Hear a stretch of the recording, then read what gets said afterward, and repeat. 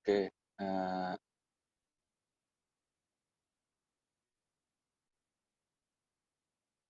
ya baik, bismillahirrahmanirrahim. Assalamualaikum warahmatullahi wabarakatuh. Selamat pagi, salam sejahtera, salam sehat buat kita semua. Oke baik, kali ini di pertemuan pengantar ekonomi mikro, saya akan coba sedikit ya menjelaskan terkait tentang pasar dan jenis-jenis pasar ya. Yang kita ketahui sebelumnya memang kita sudah mempelajari tentang permintaan, tentang penawaran.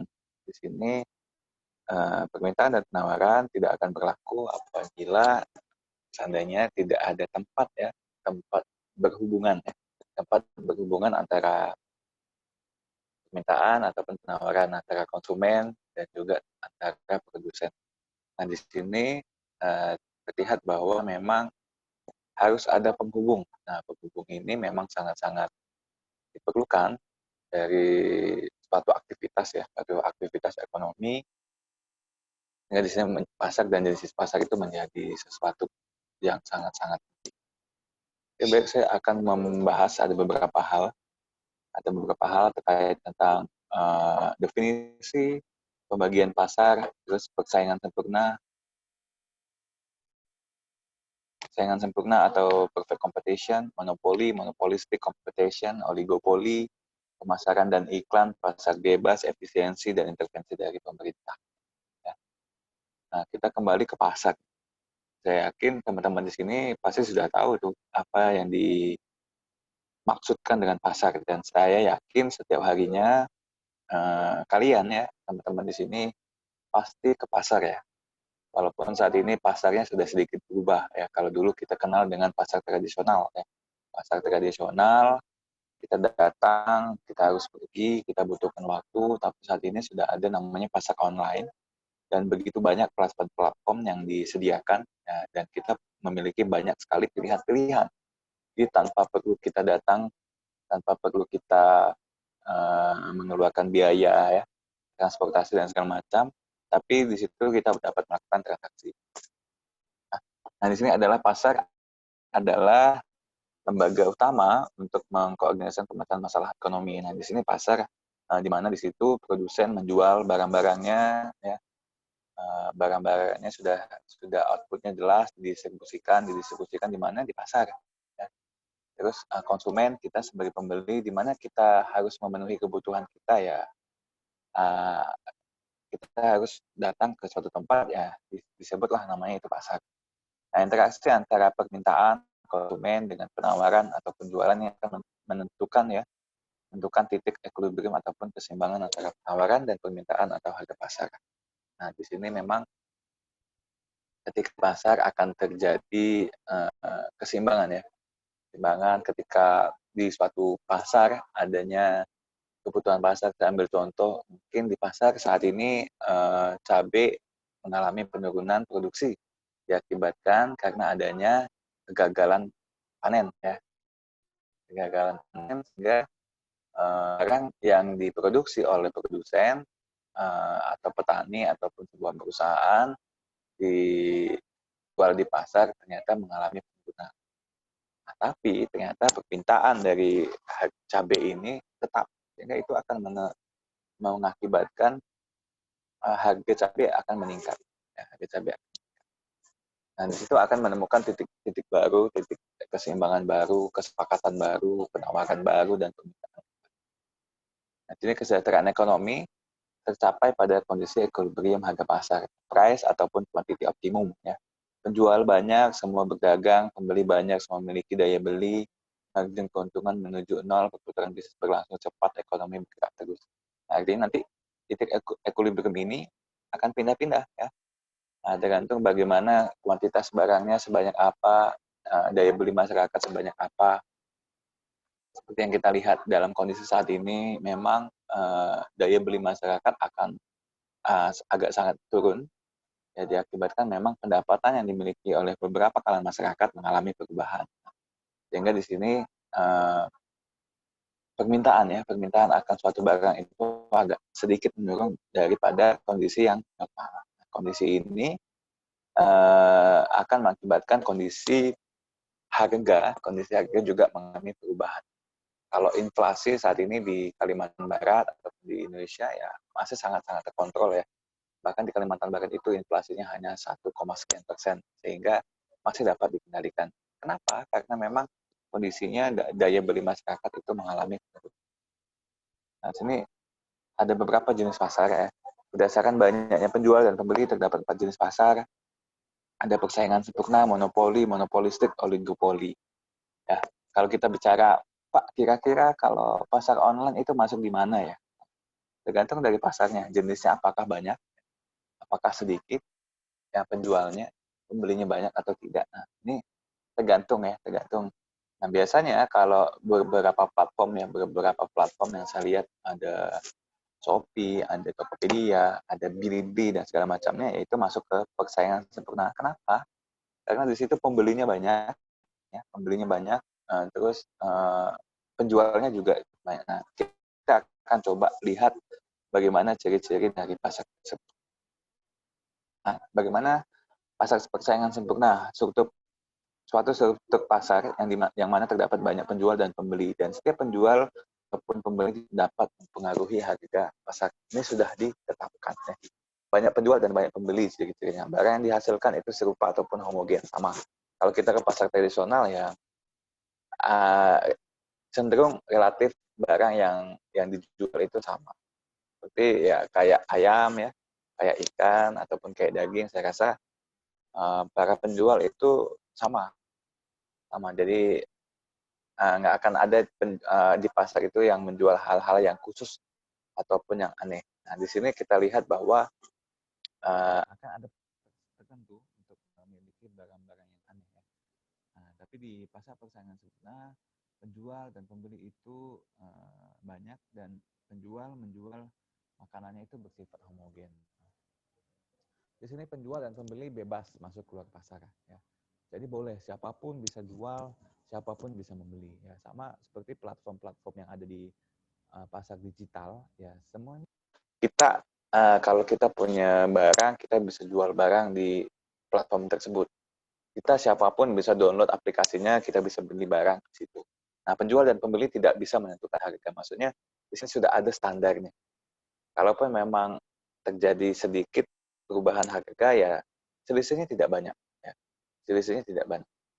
Nah, di situ yang saya lihat bahwa memang produsen dan pembeli ataupun konsumen itu tidak bisa menetapkan hal-hal yang kita harus seperti ini, tidak ya. Jadi itu tergantung dari kondisinya.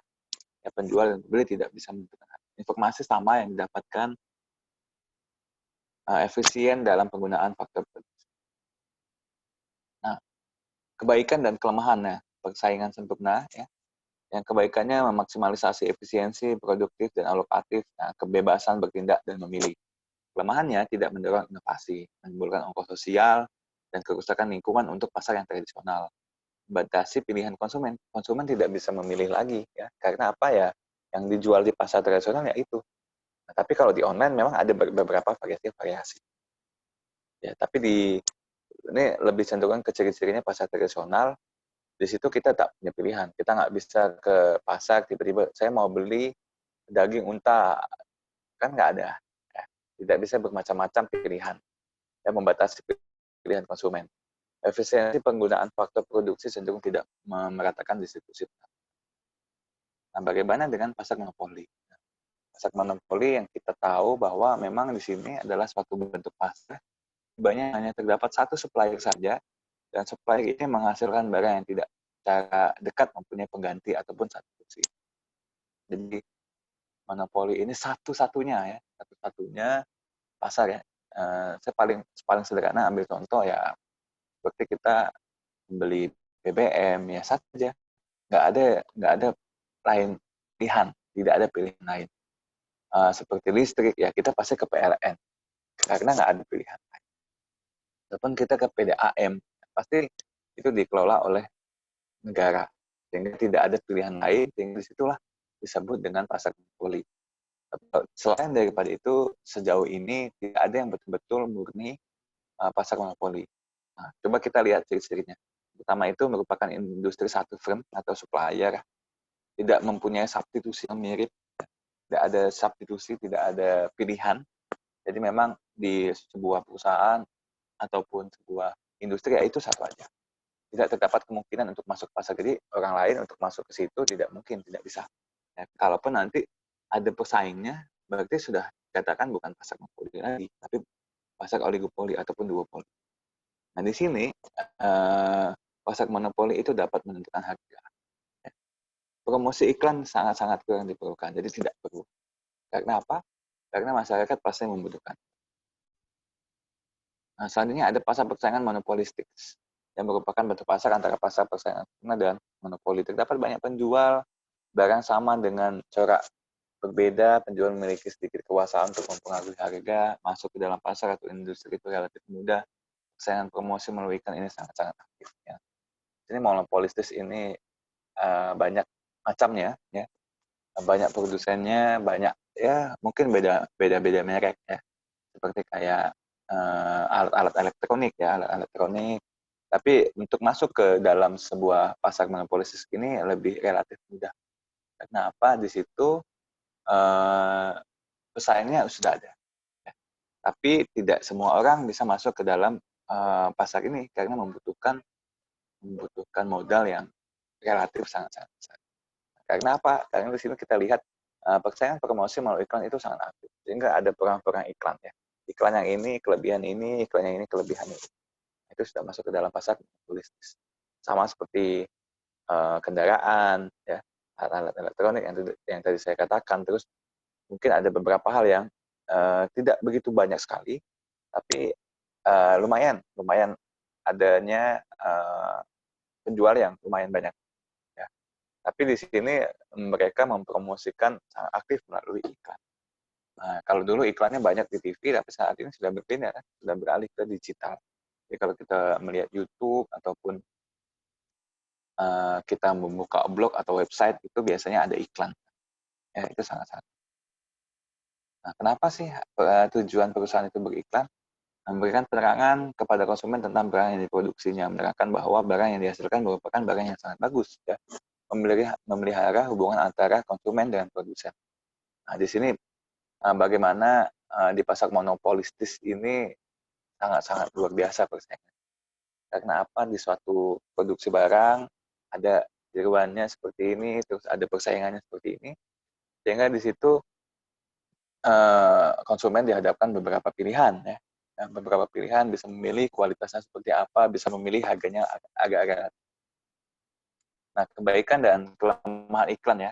Di sini kebaikannya membantu konsumen untuk membuat keputusan yang lebih baik, menggalakkan kegiatan memperbaiki mutu barang, membantu membiayai perusahaan terkait dunia iklan, memelihara konsumen, memelihara hubungan baik dengan konsumen. Jadi konsumen ya lebih tahu. Kelemahannya promosi iklan itu adalah suatu penghamburan biaya. Saya pernah melihat sebuah perusahaan ternama, ternyata biaya iklannya itu bisa hampir separuh dari keuntungannya untuk iklan. Ya.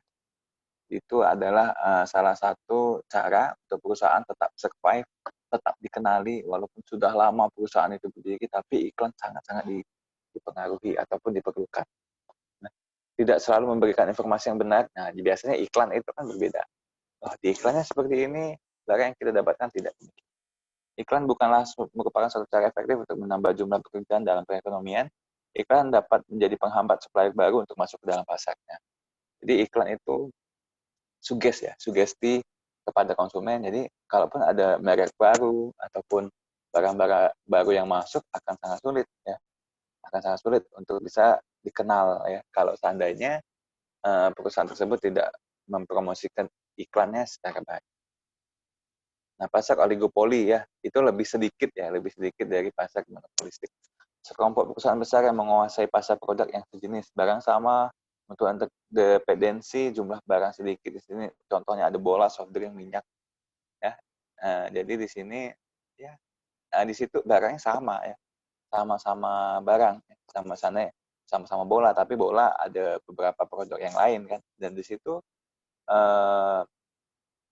pasti kalau udah kita bola ingatnya wah mereknya ini nih, mereknya Adidas, mereknya Nike gitu kan. Kalau kalau hal-hal tersebut ya kita sudah tahu nih pasarnya ya jenisnya sama, ya. dan di situ jumlah penjualnya sedikit daripada tadi pasar monopoli. Nah, equilibrium berbagai jenis pasar di sini ada equilibrium monopoli di sebelah sini, ya, sebelah ini, ya. Terus di sini ada pasar oligopoli, ada monopolistik, terus di sini ada pasar persaingan sempurna. Ya. Di sini biasa menandakan bahwa dilihat ya dari price, dari kuantitas ya. Kalau pasar monopoli maka keseimbangannya harganya itu akan relatif sangat tinggi, barangnya sedikit. Ya. Kalau seandainya oligopoli lebih banyak ya, kuantitasnya lebih banyak dari pasar monopoli dan harganya relatif lebih rendah. Nah, di sini equilibriumnya. Nah, monopolistik jauh lebih rendah lagi, jauh lebih banyak kuantitasnya. Ya. Apalagi pasar persaingan sempurna, kuantitasnya lebih banyak, harganya lebih murah. Nah, ini untuk menentukan kurva equilibrium berbagai jenis pasar. Nah, bagaimana mekanisme pasar itu menunjukkan interaksi antara pembeli dan penjual dalam menentukan jumlah barang yang akan dijual ataupun dibeli pada berbagai tingkat harga. Nah, kondisi ideal untuk menjawab pertanyaan barang apa yang akan diproduksi. Nah, ini biasanya produsen harus melihat target pasarnya siapa. Di negara-negara maju, hal ini terbukti efektif untuk mewujudkan kesejahteraan masyarakat. Ini hal-hal ini ada dicontoh dengan negara-negara yang sudah. Nah, kebaikan mekanisme pasar memberikan informasi yang lebih tepat, merangsang pengusaha untuk mengembangkan kegiatan mereka, ya.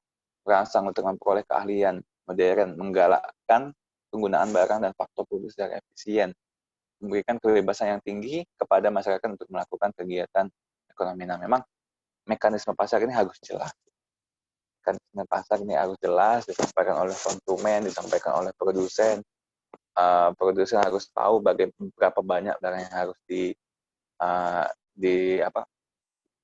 dijual di pasar, dan si produsen harus tahu kondisi pembeli ini kira-kira dalam satu pasar itu berapa banyak ya, sehingga tidak memproduksi jauh lebih banyak ya. Kalau seandainya banyak produksi barangnya ternyata tidak laku, maka di sini yang dirugikan adalah produsen ya. Dia itu harus tahu target pasarnya, sehingga harus perlu informasi yang jelas ya, informasi yang tepat ya. Sehingga perusahaan-perusahaan ataupun pengusaha-pengusaha bisa mengembang, targetnya di pasarnya seperti itu. Ya. Nah, di sini kebaikan ekonomi pasar bebas, faktor produksi akan dipergunakan secara efisien, kegiatan-kegiatan ekonomi dalam pasar diatur dan diselaraskan secara efisien, pertumbuhan ekonomi yang teguh dapat diwujudkan apabila ekonomi pasar bebas ini berjalan. Pelaku kegiatan ekonomi diberikan kebebasan untuk melakukan kegiatan ekonomi yang disukai ya. Kalau bicara pasar bebas, artinya memang di sini adanya kerjasama ya, yang sudah dilakukan oleh beberapa negara. Nah, termasuk kita di Indonesia di tahun 2015 akhir, kita menaikkan kontrak masyarakat ekonomi ASEAN, adanya pasar bebas di antara beberapa negara, dan di sini harapannya adalah faktor produksinya akan jauh lebih efisien. Jadi kalau seandainya suatu negara membuat sebuah produk ya, mana yang lebih murah? Ternyata produknya di negara Thailand yang lebih murah, ya udah kita impor saja. Tapi kita lihat lagi nih, di sini memang dituntut adalah sebuah negara memiliki keunggulan yang komparatif. Supaya apa? Supaya nanti pasar kita juga bisa dibeli oleh masyarakat selain di. Nah, bagaimana keburukan mekanisme pasar? Kebebasan yang tidak terbatas akan menindas golongan tertentu atau golongan yang lebih kuat bersama. Nah, kita lihat ya, kalau kita lihat bahwa yang memiliki uang lebih banyak ya mungkin bisa aja ya. Yang memiliki uang sedikit tidak dapat menerima barang. Kegiatan ekonomi bisa sangat tidak stabil, timbulnya kekuatan monopoli yang merugikan. Nah, bahaya kalau sampai sudah pasar monopoli ini menguasai pasar. Ya bahaya sekali. Karena apa? Karena monopoli akan menentukan harga semaunya si produsen itu. Sehingga perlu adanya kebijakan dari pemerintah. Tidak dapat menjamin efisiensi akibat tidak memperhatikan sektor publik, memacu dan memicu eksternalitas yang merugikan akibat menggunakan produksi yang berlebihan. Eksternalitas itu adalah dampak dalam sebuah industri, dapat dampak dari sebuah kegiatan-kegiatan ekonomi. Apa sih dampaknya? Nah, efisiensi ini alokatif, tingkat kinerja alokasi sumber daya untuk berbagai kegiatan ekonomi. Hal ini tercapai pada kondisi harga sama dengan biaya marginal atau price sama dengan marginal cost. Efisiensi produktif, tingkat kinerja produksi yang mempergunakan biaya produksi paling rendah. Jadi tergantung nih dalam sebuah perusahaan mana yang mau digunakan, apakah efisiensi alokatif, apakah efisiensi produktif. Biasanya pengusaha ataupun produsen itu ya bagaimana membuat sebuah output hasil produk menggunakan biaya yang paling rendah, minimum. Nah, intervensi pemerintah menjamin kesamaan hak individual tetap terwujud dan menghindarkan penindasan ekonomi. Ini yang harus dilakukan oleh pemerintah. Sehingga pendistribusian sebuah barang itu seharusnya merata. Menjaga perekonomian agar tetap tumbuh dan berkembang teratur dan stabil. Mengawal kegiatan perusahaan besar agar tidak melakukan monopoli. Mungkin yang kita lihat adalah monopoli sangat-sangat sulit berdiri di Indonesia. Tapi bisa menyediakan public good.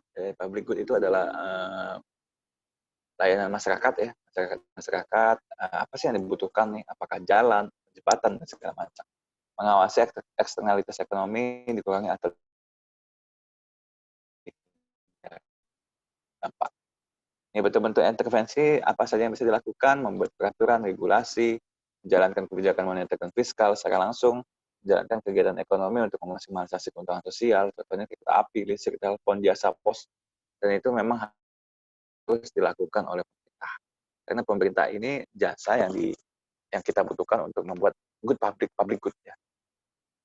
Jadi kita membutuhkan seperti apa ya yang kita butuhkan saat ini. Yang kita sangat perlukan adalah koneksi internet. Nah, itu yang harus coba dibangun oleh pemerintah supaya kegiatan aktivitas tetap berjalan. Kalau kita di kota sih aman ya, aman. Tapi untuk yang di daerah-daerah akan sangat sulit untuk kita mengikuti aktivitas ekonomi, aktivitas pendidikan dan lain sebagainya. Ya, mungkin itu yang bisa dapat saya jelaskan terkait tentang pasar dan jenis-jenisnya. Apabila ada pertanyaan, boleh silakan komentar. Mudah-mudahan ini bermanfaat buat kita semua. Terima kasih. Assalamualaikum warahmatullahi wabarakatuh.